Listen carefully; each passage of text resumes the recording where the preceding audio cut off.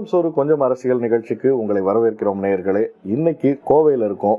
அதிமுகவின் செய்தி தொடர்பாளர் நமது அம்மா பத்திரிகையின் ஆசிரியர் கல்யாண சுந்தரம் நம்மளோட இருக்காரு. அவரோட பேசலாம். வணக்கம் சார். வணக்கம். இன்னைக்கு உங்க ஊருக்கு வந்திருக்கோம். இந்த ஊர் ஸ்பெஷல்னா என்னது? இந்த ஊர் ஸ்பெஷல்னா நீங்க கோயம்புத்தூர் குறிப்பாகவே கொங்கு மண்டலத்தை பொறுத்த வரைக்கும் இங்கே ஒரு நாள் அசைவம் சாப்பிட்றவங்க அப்படியான வாழ்க்கை முறை தான் இங்கே ரொம்ப காலம் இருந்ததுன்னு வைங்களேன். இப்போ நிறைய மாறி இருக்கு, மாற்றங்கள் இருக்குது. ஆனால் என்னென்னா, இப்போ நானே பயணிக்கிற போது பல மாவட்டங்களில் பார்க்குறது உண்டு. அசைவம் தினந்தோறும் அசைவம் எடுத்துக்கிற மாதிரியான ஒரு கலாச்சாரங்கள் உண்டு. ஆனால் இங்கே கொங்கு மண்டலத்தை பொறுத்த வரைக்கும் அசைவம் கொஞ்சம் குறைவாகவும் சைவ உணவுகள் நிறைய இருக்கிற மாதிரி இருக்கும். ஆனாலும் அசைவத்தில் நீங்கள் விரும்பி சாப்பிட்ற மாதிரியான ரொம்ப அருமையான ஆரோக்கியமான உணவுகள் கொங்கு மண்டலத்தில் உண்டு. அது என்னென்ன உணவுங்கிறத விட நம்ம சாப்பிட்டே பார்த்துடலாமே. வந்துருச்சு உணவு, சாப்பிட்டே பார்த்துருவோம். நீங்கள் சொன்ன மாதிரி நிறைய டிஷ்ஷஸ் வந்துருச்சு. அதுவும் சிக்கன்லேயே 2-3 வெரைட்டி இருக்க போல. இதில் ஒரு சிறப்பு நீங்கள் பார்த்தீங்கன்னா, கொங்கு மண்டலத்தில் இங்கே கடல் இல்லாத ஒரு பகுதி, தமிழ்நாட்டில் கடல் இல்லாத பகுதி இது. அதனால் பார்த்தீங்கன்னா கடல் உணவுகளை விட இங்கே அசைவம்னு போயிட்டீங்கன்னாவே கோழி, ஆடு, காடை இவை தான் பிரதான உணவுகளாக இருக்கும். என்ன காரணம்னா, எங்களுக்கு கடல் உணவுகள் சேரணும்னு நேரம் எடுக்கும், ஃப்ரெஷ்ஷாக கிடைக்காது. ஆனால் கோழி தோட்டத்தில் இருக்கு, டக்குன்னு அங்கேயே அடிச்சு அப்பவே குழம்பு வச்சிருவோம். இப்போ இந்த இடம் நம்ம சாப்பிட்டு இருக்கிற இடம் நாட்டுக்கோழி தான் இல்லையா? ஆமாம், நாட்டுக்கோழிங்கிறதுமே நம்ம இங்கே அது இந்த இப்போல்லாம் வர்ற மாதிரி பாதுகாப்பட்டு பதப்படுத்தப்பட்ட அப்படிலாம் இருக்காது. இந்த மாதிரி உணவுகள் நாங்கள் சாப்பிடும்போது இப்போ எங்கேயோ பொதுக்கூட்டங்கள்னு சுற்றுறோம், வெளியூர்களில் பல ஊர்கள் போயிட்டு திரும்பி பேசலாமா? நிச்சயமா சொல்லுங்க. அப்போ அந்த மாதிரி வருகிற போது கொஞ்சம் ஆரோக்கியமான உணவுகள் இருக்கணும். அதனால இதெல்லாம் நாட்டுக்கோழியெல்லாம் இங்கேயே வளர்த்து இங்கேயே அடிச்சு செய்வாங்க. எல்லாமே நீங்கள் பார்த்தீங்கன்னா கோழி தான் இருக்கு. கோழிலே இத்தனை வெரைட்டி இருக்கு. பள்ளிப்பாளையம் நீங்கள் எங்க வேணா சாப்பிட்டுருக்கலாம். ஆனால் எங்க ஊர்ல சாப்பிட்டீங்கன்னா அது ஒரு அருமையான சுவை இருக்கும். ஏன்னா பள்ளிப்பாளையம் இதே கொங்கு மண்டலத்தில் இருக்கிற ஒரு ஊர் தான். இங்கிருந்து போன உணவு முறை தான் இது. உணவு தான் இந்த உணவு. நல்லா இருக்கும். எது இது? பள்ளிப்பாளையம். ஆமாங்க. பொள்ளாச்சியில விளையிற தேங்காயோட அருமையா இருக்கும் சிக்கன். இது என்ன சிக்கன்? இது ஆசாரிங்க, சிக்கன் ஆசாரி. ஆமா, சாப்பிட்டு பாருங்களேன். ஆந்திராவில் நீங்க போய் சாப்பிட்டீங்கன்னா எந்த வகையான அந்த சிக்கன்ல அவங்களோட காரம் ரொம்ப ஃபேமஸ் சொல்லுவாங்க இல்லையா? ஆமா, அதுக்கு நிகரா இருக்கும். ஆனா உடம்பு கெடுக்காது. இது சிக்கன் சிந்தாமணி. சிக்கன் சிந்தாமணி. ஆமாங்க. இதோட ப்ரிப்பரேஷன் எப்படி? இந்த மூணுத்தோட ப்ரிப்பரேஷனை பத்தியும் கொஞ்சம் சுருக்கமா சொல்லுங்களேன். ஏன்னா மூணுமே கோழி தான், நாட்டுக்கோழி தான். இல்லை, நான் ஒரு நல்லா சாப்பிடக்கூடிய ஆள் தான். எனக்கு ப்ரிப்பரேஷன் பெருசா தெரியாது. இதனுடைய சுவைகள் தெரியும். என்னன்னா, நீங்க பள்ளிப்பாளையம் சொன்னீங்கன்னா, பள்ளிப்பாளையத்துல வேற எந்த சிக்கன் இது செய்கிற போதும் இந்த மாதிரி தேங்காய் பயன்படுத்த மாட்டாங்க. தேங்காய் துருவல்கள் பயன்படுத்தப்பட்டு அதனோடு சேர்த்து சிக்கனை சேர்த்து பண்றதுங்க. இது ரொம்ப ஒரு தனி சுவை இருக்குன்னு வைங்களேன். இப்ப நீங்க மற்ற இதுகளை விட பள்ளிப்பாளையம் சிக்கனுக்கு ஒரு தனி சுவை இருக்கும். ஆசாரி சிக்கன் காரம் அதிகமா இருக்கும். உடம்புக்கு எடுக்காத காரம் அதிகமா இருக்கு. மிளகு நிறைய போடுவாங்க, உடம்புக்கு எடுக்காது. கொங்கு பகுதிகள்னு எடுத்துக்கிட்டாலே சொல்லக்கூடிய பிரபலமான உணவு வகைகள். கோவைக்குன்னு ஸ்பெஷல் ஏதாவது இருக்கா? இருக்குங்க. கொங்கு மண்டலத்திலயுமே ஸ்பெஷல்னு சொல்லும்போது, இப்ப நான் தான் முதல்ல சொன்னேன் பாருங்க, உங்களுக்கு அசைவத்தை விட சைவம் இங்க நிறைய விரும்பி சாப்பிடுவாங்கன்னு. நீங்க நம்ப மாட்டீங்க. உண்மையிலே கோயம்புத்தூருடைய ஸ்பெஷல்னு சொன்னா, கோயம்புத்தூர்காரங்க இந்த பகுதியை சேர்ந்தவங்க எங்க உலகத்துல எந்த மூலைக்கு போனாலும் தேவாமிர்தம் சொல்றாங்க இல்லைங்களா? அதெல்லாம் உண்மையில இருக்குதான்னு நமக்கு தெரியல. கதைகள்ல புராணங்கள்ல தான் படிக்கிறோம். உண்மையில எங்களுக்கு தேவாமிர்தம் அது இதுதான். அதை சாப்பிட்டு ஒரு அடி அடிச்சு பாருங்க. அரிசியும் பருப்பு. இது அரிசியும் பருப்பும் மாங்காய் ஊறுகாயும் இருந்துருச்சுன்னா கோயம்புத்தூர்காரன் நீங்க செவ்வாய் கிரகத்துல இந்த சரௌண்டிங்ல இருக்க எல்லாருமே சொல்லுவாங்க, நல்ல சுவையாகவும் இருக்கும், சீக்கிரமாவும் செய்யக்கூடிய உணவு, செய்யக்கூடியது, ரொம்ப ஆரோக்கியமான உணவு. உங்களுக்கு ரொம்ப பிடிச்சது இது? ரொம்ப பிடிக்கும். அதே மாதிரி கோவை பகுதியில ரொம்ப சைவத்தில் எடுத்துட்டீங்கன்னா கொள்ளு பருப்பு அதிகமா பயன்படுத்துவாங்க. பச்சை பயிறுன்னு சொல்லுவாங்க, பாசி பயிறு, கொள்ளு பருப்பு, இந்த ரெண்டும் அதிக பயன்பாடு இங்க இருக்கும். பொதுவா குதிரைக்கு கொடுக்கறதுன்னு சொல்லுவாங்க. அது அப்படி இல்லைங்க. கொளுத்தவனுக்கு கொள்ளு, இளைச்சவனுக்கு எள்ளும்பாங்க. நீங்க கொழுப்பு ஃபேட் அதிகமாயிடுச்சு உடம்புல அப்படின்னா, நீங்க தொடர்ச்சியா கொள்ளு சாப்பிட்டீங்கன்னு சொன்னா கொழுப்பு குறைச்சிரும். கொளுத்தவனுக்கு கொள்ளு, இளைச்சவனுக்கு ரொம்ப ஃபேட் குறைவா இருக்கு, ஆள் ரொம்ப லீனா இருக்காருன்னா எல்லோரோட செஞ்சு கொடுப்பாங்க. அருமையான உணவு. நீங்க ஒரு நாள் எனக்கு அவசியம் தேவைன்றீங்க. இல்ல, அது அவரோட முடிவு செய்துக்க வேண்டியது வைங்க. இதை தாண்டி இன்றைய அரசியல் சூழல் எப்படி இருக்கு கோவையில? இருக்கு. இங்க அரசியல் சூழல் ஒரு பெரிய அளவு. இப்ப நான் அனைத்து இந்திய அண்ணா திராவிட முன்னேற்ற கழகத்துல கடுமையான பிரச்சாரத்தில் இருக்கிறோம். எங்க வேட்பாளருக்கான விட்டு வெற்றி வாய்ப்பு நல்லா இருக்குன்னு வைங்களேன். களத்தில் கட்டாயம் வெல்ல போறது வேற. ஆனா இதனுடைய அரசியல்ங்கிறது ரொம்ப மாற்றம் அடைஞ்சு வந்திருக்கு. பொதுவாகவே வந்து ரொம்ப கொள்கை பிடிப்பான ஒரு நபர். ஆனா அதிமுகவை பொறுத்த வரைக்கும் கொள்கைகளை தாண்டி தனி மனித வழிபாடு அதிகமா இருக்கிறதா விமர்சிக்கப்படுது. அதை எப்படி பாக்குறீங்க? அதிமுகவை பொறுத்த வரைக்கும் அதனுடைய தலைமைகள் மாறும்போது அதனுடைய சில குணாம்சங்களும் மாறுறதை நீங்க பார்க்கணும். தனி மனித வழிபாடுன்னு சொல்ல முடியாது. அந்த தலைவர்களே அவ்வளவு தூரம் அவங்க நேசிச்சங்காட்டி அவங்க அவ்வளவு அன்பை வெளிப்படுத்துறாங்க. அப்படிதான் தொண்டர்கிட்ட பார்க்குறது இயல்பான தமிழ்நாட்டு மக்களின் மனநிலையா தான் பார்க்கணும். நீங்க ஒரு 40% மக்களுக்கு இருக்கிற குணத்தை வந்து ஏதோ ஒரு கட்சியின் குணம் சொல்லக்கூடாது. அது ஒரு இயல்பான மக்களினுடைய மனநிலை தான். அதை அவங்க பிரதிபலிக்கிறாங்க. என்னை பொறுத்த வரைக்கும் இப்ப நீங்க இங்க வந்து அதிமுகவிற்குள்ள வந்த பிறகு அப்படியான நீங்க வந்து இப்படி துதிபாடணும், இப்படி பேசணும், பிடிக்கணும்ல யாரும் எந்த கட்டாயமும் கொடுக்கல. நாம் இன்றைக்கு வரைக்கும் அரசியலை பேசுகிறோம். அதை சரியாக பேசுங்கள்னு எங்க பொதுச் செயலாளர் எங்களை வழி நடத்துறாரு. இங்கே கோயம்பு மாவட்டத்தில் எஸ்பி வேலுமணி அவர்கள் வழி நடத்துறாங்க. புரியுது. நம்ம இந்த தேர்தல் களத்துக்கு வருவோம். எப்படி இருக்கு கோவை தேர்தல் களம்? ஏன்னா மும்முனை போட்டி நிலவுது. அது ஒன்றும் இல்லைங்க. அது பிஜேபி வந்து மும்முனை போட்டி மாதிரி காட்டுறாங்க. தமிழ்நாட்டில் இன்னைக்கு வரைக்கும் இருக்கிற பைபோலார் பாலிடிக்ஸ்ல தொடருது. கோவையும் அப்படித்தான் நிக்குது. அவங்க கட்சியின் முக்கிய தலைவர் அண்ணாமலையே போட்டியிடுறாரு இந்த தொகுதியில. போட்டியிடுறாருங்க. அது ஒரு பெரிய விஷயமா ஒரு பெரிய மாற்றத்தை ஏற்படுத்தாதுன்னு நாங்க சொல்றோம்.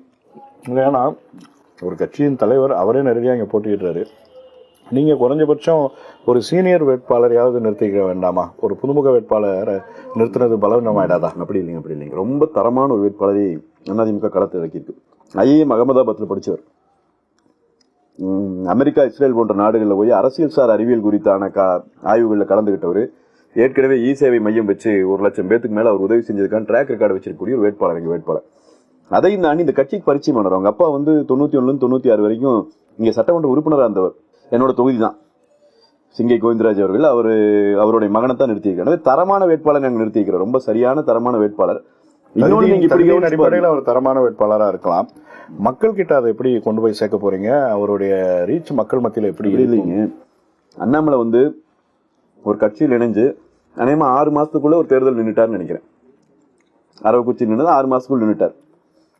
ஆனா சிங்கை ராமச்சந்திரன் ஒரு கட்சியில் இணைஞ்சு மாநில செயலாளராக பொறுப்பேற்று, ஐடி விங்கினுடைய மாநில செயலாளராக, மாநில தலைவராக பொறுப்பேற்று 10 வருடங்கள் கட்சியிலிருந்து சமூக பணியாற்றியிருக்கார். அதன் பிறகு அவர் போகிறார், தேர்தல் களத்துக்கு வர்றார். புரியுதுங்களா? அப்படி இருக்கும்போது இந்த தொகுதியில் யார் அதிகமா அறிமுகமானவங்க நீங்க யோசிச்சு பார்க்கணும்.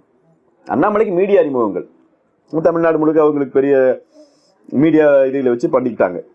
ஆனால் இந்த தொகுதி மக்களுக்கு அறிமுகமானவர், இந்த தொகுதி மக்களுக்கு ஏற்கனவே நன்மைகள் செய்து பழக்கப்பட்டவர் என்கிற முறையில நீங்க சிங்கை ராமச்சந்திரன் வந்து ஒரு சரியான தேர்வு.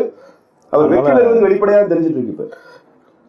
வேட்பாளர் தேர்வு வெற்றியில எந்த பாதிப்பையும் ஏற்படுத்தாது அப்படின்றீங்க? வேட்பாளர் தேர்வு வெற்றியில பாதிப்பை ஏற்படுத்தும். பாசிட்டிவான பாதிப்பை அதிமுக ஏற்படுத்தும் சொல்றேன். நல்ல வேட்பாளர் தேர்ந்தெடுப்பான பாதிப்பு. திமுக இந்த முறை வந்து இந்த தொகுதியை குறி வச்சு ஜெயிச்சே ஆகணும் களமிறங்கி இருக்கிற மாதிரி தெரியுது. ஏன்னா போன தடவை அவங்க கூட்டணி கட்சியான காங்கிரஸ்க்கு ஒதுக்கின தொகுதி இது. இந்த தடவை அவங்களே நேரடியாக போட்டிடுறாங்க. கண்டிப்பா அதுக்கான கிரவுண்ட் ஒர்க் பார்க்காம களத்தில் இறங்கி இருக்க மாட்டாங்க. அவங்களை எப்படி எதிர்கொள்ள போறீங்க? அவங்க நீங்க சொல்ற மாதிரி எனக்கு தெரியலீங்க. களத்துல அவங்களை காணோம். இன்னொன்னு அங்க வேட்பாளராக நிக்க வைக்கப்பட்டிருக்கிறவரும் அதிமுக இருந்து போனவர் தான். அவர் ஒன்றும் பெரிய மக்கள் அறிமுகமானவர் கிடையாது. இன்னொன்னு அவங்க பணிகள்லையும் பெரிய சுணக்கம் தான் இருந்துட்டு இருக்குது. எனவே திமுக வந்து கண்டிப்பா 2வது இடத்துக்கு போவாங்க. அண்ணாமலை 3வது இடத்துக்கு போவார். பணிகள்ல சுணக்கம் ஏற்படுதுன்னு எதை வச்சு சொல்றீங்க நீங்க? களத்துல காணுங்க. நாங்க களத்துல வேலை செய்யறோம்ல, போய் பார்க்கிற போது வேட்பாளரை வந்து யாரும் விரும்பி வேலை செய்யற மாதிரி தெரியல. திமுக காரர்களுக்கே ஒரு பெரிய சுணக்கம் என்ன இருக்குன்னா, 10 வருஷம் எதிர்கட்சி அறிக்கையில் நம்ம இங்க எல்லாம் கட்சி நடத்தினோம். ஆனா இப்ப ஆளுங்கட்சி ஆனோன்னு செந்தில் பாலாஜி கொண்டு வந்து பொறுப்பாளராக போட்டாங்க. அவர் அதிமுக வந்தவர். அப்புறம் முத்துசாமி கொண்டு வந்து பொறுப்பாளராக போட்டாங்க. அவர் அதிமுக வந்தவர். இப்ப வேட்பாளர் கொண்டு வந்து போடுறாங்க. அவர் அதிமுக வந்தவர். நான் நினைத்து திமுக இருக்கணுங்கிற சிந்தனை அவங்களுக்கு வருமா வராத வந்துருச்சு. வெளிப்படையா வந்துருச்சு. அவங்க பணிகள்ல சுணக்கம் தெரியுது. அவங்களுடைய சிந்தனை நியாயம் கூட நான் நினைக்கிறேன். நீங்க மாற்று கட்சியிலிருந்து வந்தவங்களே தொடர்ச்சியா எல்லாம் பண்ணிட்டு இருந்தீங்கன்னா ஏதோ ஒருத்தர் கொடுக்கலாம், 2 பேருக்கு கொடுக்கலாம். அவங்களுக்கு சோர்வாயிருக்கு. அந்த சோர்வினுடைய வெளிப்பாடு வந்து நல்லாவே தெரியும். உங்களுக்கு தேர்தல் ரிசல்ட் நல்லாவே தெரியும். இல்ல திமுகவோட வளர்ச்சியை கொங்கு மண்டலத்துல முடக்கிறதுக்காகவே கூட செந்தில் பாலாஜி பழிவாங்கப்பட்டிருக்கார் அப்படின்னு திமுக பேசிக்கிறாங்க. அது அவங்களுடைய நினைப்புங்க. அப்படி கொங்கு மண்டலத்தில் அவங்க எங்க இருந்தாங்க? கோவை மாவட்டத்துல 10க்கு 10 தொகுதியும் எஸ்பி வேலுமணி எதுக்கு சொன்னாரோ அங்க ஓட்டு விழுந்துச்சு. 10 தொகுதியும் அதிமுக ஜெயிச்சது. நீங்க தமிழ்நாட்டில் ஆட்சி வேணா திமுக இருக்கலாம். கோவை முழுவதும் அதிமுகவின் கோட்டை தான். இப்ப கூட நீங்க சொல்றீங்க பாருங்க, அவரு பாஜகவின் மாநில தலைவரா இருக்கலாம். ஆனா கோயம்புத்தூருக்குள்ள 6 தொகுதி சேர்ந்ததானே ஒரு நாடாளுமன்ற தொகுதி, 6 சட்டமன்ற தொகுதி சேர்ந்தது ஒரு நாடாளுமன்ற தொகுதி. அந்த 6 சட்டமன்ற தொகுதியில 5ல அதிமுகவினுடைய எம்எல்ஏக்கள். விட்டுருவாங்களா? அதனால சும்மா ஏதாவது மீடியா வச்சு அவங்க விளையாட்டு காட்டிட்டு இருக்கலாம். கட்டாயமா அதிமுக வெல்வதை தடுக்கவே முடியாது. இந்த தொகுதியில் உறுதியாக ஜெயிப்பாங்க. உறுதியா இருக்கீங்க? உறுதியா. என்ன வியூகம் வச்சிருக்கீங்க? நல்ல அரசியல்வாதிக்கு பெரிய வியூகங்கள் வேண்டியது இல்லைங்க. அதிமுகவை பொறுத்த வரைக்கும் செய்த சாதனைகளை சொல்றோம். சரி, வியூகம் வேண்டாம், திட்டம் என்ன வச்சிருக்கீங்க? செய்த சாதனைகளை பிரச்சாரம் பண்றோம். நாங்க என்னென்ன செஞ்சோம் எங்க ஆட்சி காலத்துல. இதே கோயம்புத்தூர் இப்ப அண்ணாமலையே பேசுற போது பேசினார், 2 டிகிரி வெப்பம் அதிகமாயிடுச்சுன்னு. அதெல்லாம் நிறைய பேர் கிண்டல் பண்ணாங்க. இங்க வந்து பேசினார். உண்மையில அது வந்து கோயம்புத்தூரோட டிகிரி வெப்பமெல்லாம் அதிகமாகல, அண்ணாமலை அவருக்கு டிகிரி வெப்பம் அதிகமாயிடுச்சுங்கிற மாதிரி தான் அது புரிஞ்சுக்கப்பட்டுச்சு. அது அதிமுக காரங்க செஞ்ச வேலைன்னு வைங்களேன். ஆனா என்னன்னா, புவி வெப்பமயமாதல் ஆயிடுச்சு அப்படின்னு அண்ணாமலை சொல்றார். நாங்க என்ன சொல்றோம்னா, எஸ்பி வேலுமணி அவர்கள் அமைச்சரான பிறகு இங்க இருக்கிற முத்தண்ணங்குளம், பெரிய குளம், நீங்க போனீங்கன்னா எல்லாமே பார்க்கலாம். இதெல்லாம் வாலாங்குளம், இந்த குளங்கள் எல்லாம் கழிவு நீர் கலக்கிற இடங்களா இருந்துச்சு. இவர் அமைச்சரானதுக்கு பிறகு அந்த குளங்கள் முழுவதுமாக தூர் வரப்பட்டு, நீங்க ஆயிரக்கணக்கான ஏக்கர்லான குளங்கள் அவையெல்லாம் வந்து பூங்காக்களை போல மாற்றப்பட்டு, மாலை நேரங்களில் குடும்பங்களோடு போய் மக்கள் இருப்பதற்கான இடமாக அது மாற்றப்பட்டுச்சு. ஒரு சுற்றுலாத்தலம் போல அது மாறிச்சு. அப்ப அந்த அளவுக்கான நிலையை உருவாக்குனது நாங்க தான்ங்கிறத சொல்லி ஓட்டு கேட்கிறோம். இல்ல, இதெல்லாம் சாதனையா சொல்லி ஓட்டு கேட்க போறீங்க. இதுதான் பிரச்சனையா எதெல்லாம் பேசப்பட வாய்ப்பு இருக்கு? நீங்க வரும்போது அவனாசி ரோட்ல பாலத்தை பார்த்துட்டு வந்திருப்பீங்க. தமிழ்நாட்டிலேயே பெரிய பாலம் அதுதான். தொடங்கி பாதி வேலையை முடிச்சவர் எஸ்பி வேலுமணி தான். கவர்மெண்ட் போயிடுச்சு, இன்னைக்கு 3 வருஷம் ஆச்சு, இன்னும் அப்படியே தான் நிக்குது. எந்த பணிகளும் நடத்தப்படல கோயம்புத்தூருக்குள்ள. 15 நாள் ஆச்சு இன்னைக்கு தண்ணி வந்து. இன்னைக்கு நான் கூட பேசிட்டு இருக்கிற அன்னைக்கு தண்ணி வரல. மாநகராட்சி தேர்தலில் வென்ற கவுன்சிலர்கள் தெருவுக்கே வரல. இது வரைக்கும் அவங்களை யாருமே பார்க்க கூட இல்லை. இதெல்லாம் தான் பெரிய சிக்கல். இதெல்லாம் பிரச்சனையா பேசப்பட பிரச்சனையா மக்களே பேசுறாங்க. நாங்க போய் இன்னும் அவங்களே சொல்றாங்க. எடப்பாடியார் பேசும்போதெல்லாம் வந்து 2026 குறி வைக்கிற மாதிரியே தெரியுது. அப்ப இந்த 2024 நாடாளுமன்ற தேர்தலை விட 2026 முக்கியமானதா? ரெண்டுமே முக்கியமானது. 24 நாங்க மீண்டும் தமிழ்நாட்டில் ஆட்சி அமைப்போம். அதை வந்து அவர் கொஞ்சம் அழுத்தமா சொல்றாரு, அவ்வளவுதான். இல்ல, அது எப்படி, அதை தான் கேட்கிறேன். ஏன்னா 26 அவர் குறி வைக்கிறாரு. 26ல இப்ப ஆட்சியில் இருக்கிற திமுக ஒரு பக்கம், இன்னொரு பக்கம் பாஜக, அன்புமணி, விஜய் மாதிரியான ஆட்கள்லாம் இருக்காங்க. இதெல்லாம் எப்படி சமாளிக்க போறாரு? என்ன வியூகம் வச்சிருக்காரு? நான் மறுபடியும் சொல்றேங்க, அதிமுக செய்த சாதனைகளை போதுமானது. புதுசா ஒரு வியூகம் தேவையில்லை. நாங்கள் செய்திருக்கிற இந்த சாதனைகளை மட்டும் மக்கள் 2000 அம்மா மினி கிளினிக் கொண்டு வந்தாரு. மக்கள்கிட்ட பேசுவோம். நானே வந்து ஒரு ப்ரொஃபசர் தான். நான் வந்து நீட் தேர்வுக்கு பயிற்சி கொடுக்குறேன். இல்லை, நான் என்ன சொல்றேன்னா, அந்த சாதனைகள்லாம் சொல்லியுமே 2019 வெற்றி பெற முடியல, 2021 வெற்றி பெற முடியல. களச்சூழல்கள் வேற இல்லைங்க. இப்ப 2019 வந்து அண்ணா திராவிட முன்னேற்ற கழகத்துக்கு ஒரு பெரிய சிக்கல்கள் இருந்துட்டு இருந்த சமயம். அம்மா மறைஞ்சிருந்தாங்க. பெரிய ஆட்சியை நிலைநிறுத்திக்கிறதுக்கான சிக்கல்கள் இருந்த காலகட்டம். 2021 பொறுத்த வரைக்கும் 10 ஆண்டு கால ஆன்டி இன்கம்பன்சி. 10 ஆண்டுகள் ஒரு கட்சி தொடர்ந்து ஆட்சி செய்திருக்கிறது. மக்கள் ஒரு மாற்றத்தை விரும்புகிறாங்க. 2026லயும் அதே சூழல் இருக்காது இல்ல. இவங்களுக்கு ஆன்டி இன்கம்பன்சி இப்ப வந்துருச்சு இல்ல, 3 வருஷத்துலயே வந்துருச்சு இல்ல. மக்கள் வந்து இதை விட பெட்டர் ஒன்று கிடைக்குமாங்கிறது தான் சூஸ் பண்றாங்க. படுமோசமான ஒன்று அமைஞ்சு விடுது இல்லையா? அப்ப இதை அனுபவிக்கிற மக்கள் வந்து எவ்வளவு மேலான ஆட்சி எடப்பாடியாரின் ஆட்சி இப்பவே பேச தொடங்கிட்டாங்களே. நாங்க போற இடங்கள் எல்லாம் சாலைகள்ல, இன்னும் சொல்ல போனா காவல்துறை அதிகாரிகள் பேசுறாங்க எங்களை நிறுத்தி. உங்க கட்சியோட தேர்தல் அறிக்கையை பத்தி சொல்லுங்க. தேர்தல் அறிக்கை, இந்த தேர்தல் அறிக்கையை பொறுத்த வரைக்கும் பல இடங்கள்ல மீண்டும் மீண்டும் நாங்கள் வந்து ஒரு மத்திய அரசு அமைகிற போது எந்த மாதிரியான திட்டங்கள், நலத்திட்டங்கள் மக்களுக்காக நாங்கள் கொண்டு வருவோங்கிறத வலியுறுத்துறோம் அப்படிங்கிறத சொல்லியிருக்கிறோம். நாங்க இந்த தேர்தல் அறிக்கையை எங்களோட எதனுடைய தொடர்ச்சினா, கடந்த ஆட்சி காலத்தில் நாங்கள் கொண்டு வந்த திட்டங்களுக்கு வரும். இப்ப 13 மருத்துவக் கல்லூரிங்க, அதை எக்ஸ்டெண்ட் பண்ணுவோங்கிறது தான் இப்ப எங்களுடைய வாக்குறுதியாம இருக்குது. சாதிச்சு காட்டுனது சொல்றோம். 13 மருத்துவக் கல்லூரி இந்தியா விடுதலை அடைஞ்சிலிருந்து எந்த மாநிலத்துக்கும் ஒரு ஆட்சி காலத்துல வாங்கினதில்லை. எங்கேயுமே நீங்க வேணா செக் பண்ணி பாருங்க. வாங்கி ஒரே முதலமைச்சர் எடப்பாடியார் தான். ஆனா என்னன்னா, இதையெல்லாம் பேசுறதுக்கு ஆட்கள் இல்ல. பேசினா விஷயங்கள் போய் இதெல்லாம் சாதனைகள், வாக்குறுதிகள் பத்தி இதைத்தான் எக்ஸ்டெண்ட் பண்றோம். நாங்க எங்களுடைய வாக்குறுதிகள்ங்கிறது இன்னைக்கு நாங்க பண்ணிருக்க சாதனைகளை இன்னும் அதிகப்படுத்துறோம். காவிரி வந்து தண்ணி வராம போன ஆண்டு எத்தனை பேர் செத்தான்னு பார்த்தோம். மேகதாதுல அணை கட்டுவதற்கு இன்றைக்கு தயாராகி போறான். நாங்கள் வென்று போன பிறகு மேகதாதுவில் அணை கட்டுவதற்கான அந்த வாய்ப்பையே முறியடிப்போம் என்பதுதான் எங்களுடைய வாக்குறுதியா இருக்கு. மக்கள் இன்றைக்கு படுகிற சிரமம், கேஸ் சிலிண்டருக்கு 100 ரூபா மானியம் கொடுக்குறேன் நாங்க ஸ்டாலின் அரசாங்கம். இன்னைக்கு வரைக்கும் வரல. நாங்க 6 சிலிண்டர் இலவசமா கொடுப்போம் என்பதை சொல்லியிருந்தோம். ஆட்சிக்கு வந்திருந்தா வரல. இப்ப ஐயா சொல்றாங்க நாங்க இதை மத்திய அரசுக்கு வலியுறுத்துவோங்கிறாங்க. மத்திய அரசு சொல்லி இந்தியா முழுவதும் இந்த திட்டத்தை விரிவுபடுத்துவதற்கு நாங்கள் முயற்சி எடுப்போங்கிறது. அதே போல இந்த மாதம் 1000 ரூபாய் இல்ல, இது வந்து நீங்க வந்து செய்ய போறோம் அப்படின்னு சொல்றீங்க, செஞ்ச சாதனைகளை சொல்றீங்க. பொதுவா எல்லா கட்சியும் வந்து இருக்கிற பிரச்சனைகளை தானே பேசுவாங்க. எதிர்கட்சியா இருக்கிறவங்க எல்லா பிரச்சனையும் பேசுறோமே, எல்லா பிரச்சனைக்கான தீர்வுகளையும் நாங்கள் கொடுக்குறோமே. எந்த பிரச்சனையும் எடுத்தாலும் இப்ப காவிரியில இருக்கிற பிரச்சனை மிக முக்கியமான பிரச்சனை. அதிமுக தான் கடந்த காலங்களையும் போராடி இருக்கு. இப்பவும் நாங்க தான் வாக்குறுதிகள் கொடுக்குறோம். கட்டாயம் வந்தா மீண்டும் இதை செய்வோங்கிறோம். மீத்தேன் எடுக்கிற திட்டத்தை கொண்டு வந்தீங்க. இன்னைக்கு டெல்டா மாவட்டத்துக்கு விவசாயி முழுக்க அகதியா வெளியேறி இருக்கணும், அந்த நிலைமை வந்திருக்கும். தடுத்து நிறுத்தணும். இன்னைக்கு அதை மேம்படுத்துவோங்கிறோம். காவிரியில மீண்டும் உரிமைகளை பெறுவோம், டெல்டா மாவட்டங்களில் விவசாயம் மேலோங்குவதற்கு பணி செய்வோங்கிறோம். தவறு இல்லையே, செய்த சாதனைகளின் தொடர்ச்சியாக தானே பேசுறோம், உண்மையை பேசுறோம். அதனால ரொம்ப வெளிப்படையா பேசுறோம். நாங்க மறைக்கிறதுக்கு ஒன்றும் இல்லை. ஒரு முக்கியமான கேள்வி, கலைஞர் உயிரோடு இருக்கும்போது ஸ்டாலினுக்கான முக்கியத்துவம் கொடுக்கப்பட்ட காலத்துல ஜெயலலிதா வந்து அவ்வளவு சீக்கிரம் ஸ்டாலினுக்கு ரியாக்ட் பண்ணல, அவர் பேசுறது விமர்சிக்கல. ஆனா இப்ப வந்து உதயநிதிக்கு எடப்பாடி உடனே ரியாக்ட் பண்றாரு. ஆரம்ப கட்டத்திலேயே அவரோட விமர்சனத்துக்கெல்லாம் இவரு பதில் சொல்ல ஆரம்பிச்சிட்டாரு. ஏன் இது எதனால? அப்படி இல்லைங்க, ஒவ்வொரு தலைவர்களுக்கும் ஒவ்வொரு ஸ்டைல் இருக்கும். ஒரு அமைச்சராக உதயநிதியை உட்காந்துட்டு அவர் பேசுகிற விஷயங்கள் இருக்கு இல்லைங்க, அந்த விஷயம் வந்து உண்மை போல் மக்கள் மனசுல பதிஞ்சதுக்கான வாய்ப்பு உண்டு. எனவே அதை முதல்லயே அது விஷக்கருத்தாக இருக்குது, விஷம கருத்தாக இருக்கிறது என்று சொல்லி அதை முதல்லயே மூலையிலே கிள்ளணும் அப்படிங்கிறது தான் எங்க பொதுச் செயலாளர் அந்த எதிர்வினை ஆற்றாரு. அது ஒன்றும் தவறு கிடையாது. அவங்க கட்சியினுடைய தலைவராக அவங்க வந்து பரம்பரையா அடுத்தடுத்து கொண்டு வர்றது அவங்க தப்பே ஒழிய, தலைவரா ஆயிட்டவரை போய் நாங்க விமர்சிக்கிறதுல எங்களுக்கு என்ன பிரச்சனை இருக்கு?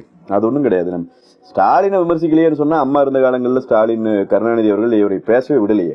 ஸ்டாலினை பேச விட்டுருந்தா தானே அம்மா விமர்சிச்சிருப்பாங்க. ஆனா ஸ்டாலினுக்கு கண்ட்ரோல் பண்ண முடியல உதயநிதியை. எனவே உதயநிதியை நாங்க திருப்பி பதிலடி கொடுக்க வேண்டியிருக்கு. எங்க பொதுச் செயலாளர் அதை செய்யறாரு. அது ஒன்றும் இல்லைங்க, செய்யலாம்.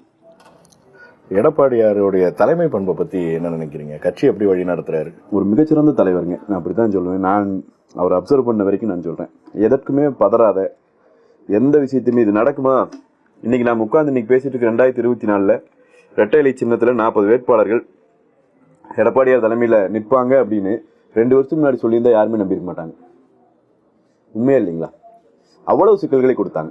சட்டப்பூர்வமா நடத்துறேன்னாங்க, அரசியலை பண்ணாங்க, உள்ளுக்குள்ளேயே துரோகிகளை உருவாக்குனாங்க, கட்சி அலுவலகத்தையே அடிச்சு உடைச்சாங்க, காவல்துறை வேடிக்கை பார்க்க விட்டாங்க, வீடுகள்ல முன்னாள் அமைச்சர்கள் வீடுகள்ல முழுக்க ரைடுகளை நடத்தினாங்க.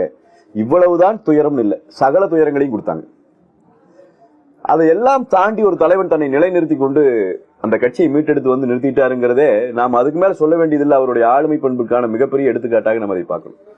இல்ல, எதிர்பாராத விதமா தலைமை பொறுப்புக்கு வந்தவர் எடப்பாடியார் அப்படின்னு ஒரு விமர்சனம் யாருக்கு சொல்றா? அவங்களுக்கு வந்து அரசியல் உண்மையிலேயே தெரிஞ்சு சொல்றாங்களா? இல்ல, அப்படிப்பட்ட விமர்சனங்கள் பொதுவாக கேள்விப்பட்டு இருக்கோம். அதை எப்படி அவர் எதிர்காலத்துல மாத்த போறாரு அப்படின்னு. ஏன் இப்போ உண்மையா அரசியல் தெரிஞ்சவங்களுக்கு இந்த வார்த்தையே வராதுங்க. 2016-17 அந்த அவ்வளவு பிரச்சனைக்கு பிறகு முதலமைச்சரா வர்றாரு. அதன் பிறகு பன்னீர்செல்வம் வெளியே போறாரு. அந்த தர்ம யுத்தம் நடந்த காலம் அதெல்லாம் முடிச்சுட்டு வந்தாங்க, எல்லாம் சேர்ந்தாச்சு. அன்னையிலிருந்து பிரச்சனை தான். அவ்வளவு பிரச்சனைகள் இருக்கிற போதுதான் ஒரு முதலமைச்சர் 13 மெடிக்கல் காலேஜ் கொண்டு வர்றாரு, 7.5% இடஒதுக்கீடு கொண்டு வர்றாரு, பாதுகாக்கப்பட்ட வேளாண் மண்டலம் கொண்டு வர்றாரு. 60 வருஷமா நாங்க கேட்டு இருந்தோம் கோயம்புத்தூர்ல அத்திக்கடவு அவனாசி கூட்டு குடிநீர் திட்டம். எடப்பாடியார் வந்து தான் செஞ்சு கொடுத்தாரு. அங்க வைகை கூட்டு குடிநீர் திட்டம். இத்தனையும் செய்யறாரு. இவ்வளவு பிக்கல் புடுங்கல்லையே இத்தனையும் முடியுது. 75 சீட்டு ஜெயிச்சு உட்கார்றாரு எதிர்கட்சி தலைவரா. ஜெயிக்க முடியுங்களா? 10 வருஷம் ஆன்டி இன்கம்பன்சிக்கு பிறகு அம்மாவும் இல்ல, எல்லாம் முடிச்சு வருது. அதுக்கப்புறம் வந்து கட்சி உடைக்கிறதுக்கு வேலை செய்யறாங்க, கட்சிக்குள்ள இருந்து கட்சிக்கு துரோகம் பண்றாங்க, அவர்களையும் எதிர்கொள்றாரு. இத்தனையும் சாதிச்சு முடிச்சு ஒரு பொதுச் செயலாளராக கட்சியால் தேர்ந்தெடுக்கப்பட்டு வந்த பிறகு எதேச்சியா வந்துட்டாருன்னு சொல்றது எவ்வளவு பெரிய மோசடிங்க. இல்ல, அப்படி இல்ல. அந்த நீங்க சொன்ன இது எல்லாமே நடக்கும்போது 2 பேரும் சேர்ந்துதான் இருந்தாங்க. இதுல பாதி விஷயங்கள் அப்படி எடுத்துக்கலாம். 2 பேரும் சேர்ந்துதான் இருந்தாங்க. 2 பேர் சேர்ந்தாங்கன்னா கட்சிக்காரங்கிற முறையில் எங்களுக்கு தெரியும் இல்லைங்க, யாரு 2021 தேர்தலில் வேலை செஞ்சாங்க, யாரு தமிழ்நாடு முழுக்க சுற்றுப்பயணம் பண்ணி பிரச்சாரம் பண்ணவர் முதல் யாரு, அது எல்லாத்துக்கும் தெரியுமில்ல, பிரசுக்கும் தெரியுமில்ல. உள்ளுக்குள்ள நாங்க வந்து சுமந்துட்டு இருந்த சுமையாக இருந்தது. அந்த சுமையை வந்து தைரியத்தோடு இறக்கி வச்சார் எடப்பாடியார். தொண்டர்களின் தலையில இப்படி ஒரு நச்சு சுமையை நான் வைக்க விரும்பலன்னு சொல்லி தைரியமான முடிவெடுத்தார். அந்த முடிவாலேயே வரலாற்றிலே எடப்பாடியார் கொண்டாடப்படுவார். நீங்க வேணா பாத்துட்டு இருங்க. அதனால இந்த கட்சி மீட்கப்பட்டிருக்கிறது இன்னைக்கு நான் சொல்றேன். மீண்டும் இணையறதுக்கு வாய்ப்பே இல்லை, பேச்சுக்கே இடம் இல்லை. என்ன இணையருக்கு என்ன இருக்கு? நீங்க போய் பிஜேபி கூட போய் நின்றுட்டாங்க. இன்னைக்கு போய் சின்னத்தை முடக்குன்னு கேட்கறாங்க. சின்னத்தை எனக்கு கூடுன்னு கேட்டாலும் பரவாயில்ல, சின்னத்தை முடக்குங்கிறாங்க. இன்னும் அதிமுக அடிப்படை தொண்டர் நீங்க எப்படி ஏத்துக்குவான்? யாரை ஏத்துக்குவான்? அதெல்லாம் ஒன்றும் நடக்க போறது இல்லை. எடப்பாடியார் தலைமையில முழுமையான அதிமுக 100% அதிமுக ஒரு இடத்துக்கு வந்தாச்சு. அது வேகமாக வேலை செஞ்சுட்டு இருக்கு. இந்த தேர்தல் ரிசல்ட்டையும் தெரியும் பாருங்க, பார்க்கலாம். கொஞ்சம் சோறு கொஞ்சம் அரசியல் அப்படிங்கிற நம்ம நிகழ்ச்சியோட பேருக்கு ஏற்ற மாதிரி மாற்றி மாற்றி பேசிக்கிட்டு இருக்கோம்னு நினைக்கிறேன். சோறையும் அரசியலையும். கடைசியாக ஃபினிஷிங் டச்சாக ஒரு டிஷ் வந்திருக்குன்னு சொன்னாங்க. அதையும் சோச்சு பார்த்துடலாம். என்னது அது அப்படின்னு பார்த்துடலாம். என்னதுங்க இது? என்னதுங்க இது? கோச்சிங் இது வந்து சேவல் இருக்கு இல்லைங்களா, சண்டைக்கு ஒரு சேவல் தயார் பண்ணுவாங்க. சாப்பிட்டு பாருங்களேன், ஆடு மாதிரி இருக்கும் கோழி, அருமையா இருக்கு. இதுவும் கோவையில் ரொம்ப இதைத்தான் காட்டு வறுவல்னு சொல்றாங்களா? காட்டு வறுவல் கோச்சை.